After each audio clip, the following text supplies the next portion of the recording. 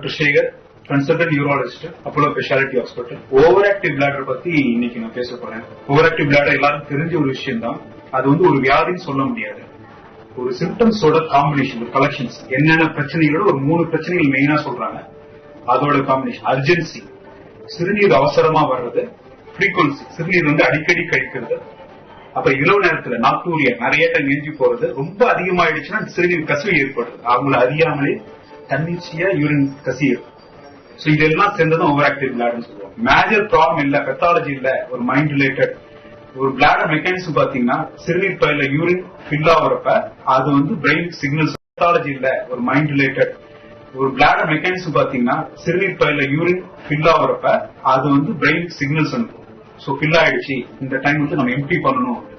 Brain என்ன பண்ணும், ஆட்டோமேட்டிக்கா நம்ம அந்த கண்ட்ரோல் பண்ணி ஸ்பிரிட்டை வந்து டைட்டா பிடிச்சிருக்கும். சோ ஒன்ஸ் ஃபில் ஆன உடனே அந்த சிக்னல் பண்ண உடனே பிளாடர் வந்து ஸ்பிரிட்டை ரிலாக்ஸ் பண்ணும். ரிலாக்ஸ் பண்ண உடனே நம்ம வாலண்டரியா ரிலாக்ஸ் பண்ற அந்த மெக்கானிசம் இருக்கு. அதனாலதான் நம்ம பாத்ரூம் போன உடனே ரெடி டு கோ, நம்ம ரெடியா இருக்கப்ப யூரின் வந்து நல்லா ஃப்ளோ ஆகுது.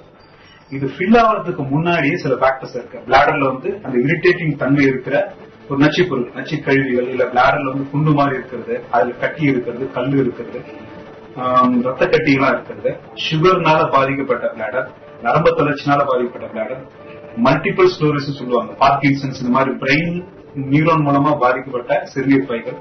இதெல்லாம் வந்து ஃபில் ஆகிறதுக்கு முன்னாடி அது வந்து டென்ட் ஆயிடும். தொட்டாசனி மாதிரி எப்படி தொட்டவன செடி வந்து சத்து சுருங்குதோ, சோ அந்த நச்சு பொருள் அது மீடல்கஸ்ல பட்ட உடனே வந்து சுருங்க ஆரம்பிச்சிடும்.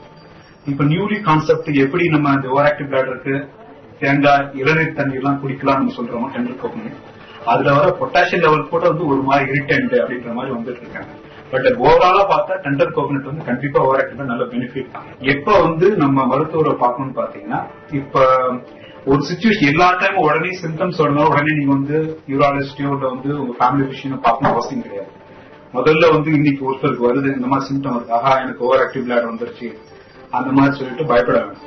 எந்த மாதிரி காரணத்தால வருது, இப்ப வந்து அவங்க என்ன ஜாப்ல இருக்காங்க, சோ ஒரு ஸ்ட்ரெஸ்ஃபுல் ஜாப்ல இருக்காங்க, சர்க்காரிய டைம்ல லாஸ் பண்ணிட்டு அன்டைம்ல ஒர்க் பண்றாங்க, அன்டைம்லி ஃபுட் வாட்டர் இன்டேக் ப்ராப்பரா இல்ல, சோ அது அவங்களுக்கே தெரியும். ஃபார் எக்ஸாம்பிள் டிரைவர் இருக்காரு, கண்டினியூஸா ஜேர்னி பண்ணிட்டு இருப்பாரு, தண்ணி ஒன்றும் குடிச்சிருக்க மாட்டாரு. அப்புறம் வந்து சாட்டர்டே எண்ட் பூஸ் நிறைய வந்து அல்கஹால் சாப்பிட்டுட்டு அதுக்கேற்ற வாட்டர் எடுக்காம அப்படியே படுத்துருவாங்க. இந்த மாதிரி ஒரு காரண கருத்தா இருக்கிறப்ப அதுல வந்து நீங்க சரி பண்ணணும். முதல்ல சரி பண்ணி பார்த்துட்டு சிம்டம்ஸ் வந்து மறையதான்னு பாருங்க. அந்த அர்ஜென்சி, ஃப்ரீக்வன்சி மறைஞ்சிருச்சு, 1 or 2 days மறைஞ்சிச்சு, நத்திங் டு வரி, அதுதான் காரணம் கருத்தா. ஏன்னா அது பிசியாலஜி தான். தண்ணி குடிக்காம இருந்து அப்படியே விட்டுருந்தா நார்மலா இருக்க பாக்டீரியல் கூட வந்து நமக்கு பிரச்சனை பண்ணும். சோ அந்த காரணத்தை நீங்களே சரி பண்ணிக்கிட்டீங்க. இந்த மாதிரி நேச்சுரல் ட்ரீட்மெண்ட் மூலமா, ஃப்ரூட்ஸ் மூலமா, நல்ல சாஃப்டான ஃப்ரூட்ஸ் மூலமா, ஆப்பிள், பொமோகிரானேட், பனானா அந்த மாதிரி எல்லாம் மூலமா நீங்க சரி பண்ணிக்கிட்டீங்கன்னா ஒரு 2 நாள் சரியாயிடுச்சுன்னா மருத்துவ பார்க்கணும் அவசியம் கிடையாது. எப்ப பார்க்கணும், இது வந்து பர்சிஸ்டண்டா இருக்கு, ஒரு 4-5 நாள் கண்டினியூஸா இருக்கு, திருப்பி அடிக்கடி வந்துட்டு இருக்கு, அப்பதான் வந்து ஹெசிடேஷன் இல்லாம உடனே நீங்க மருத்துவரை பார்க்கணும்.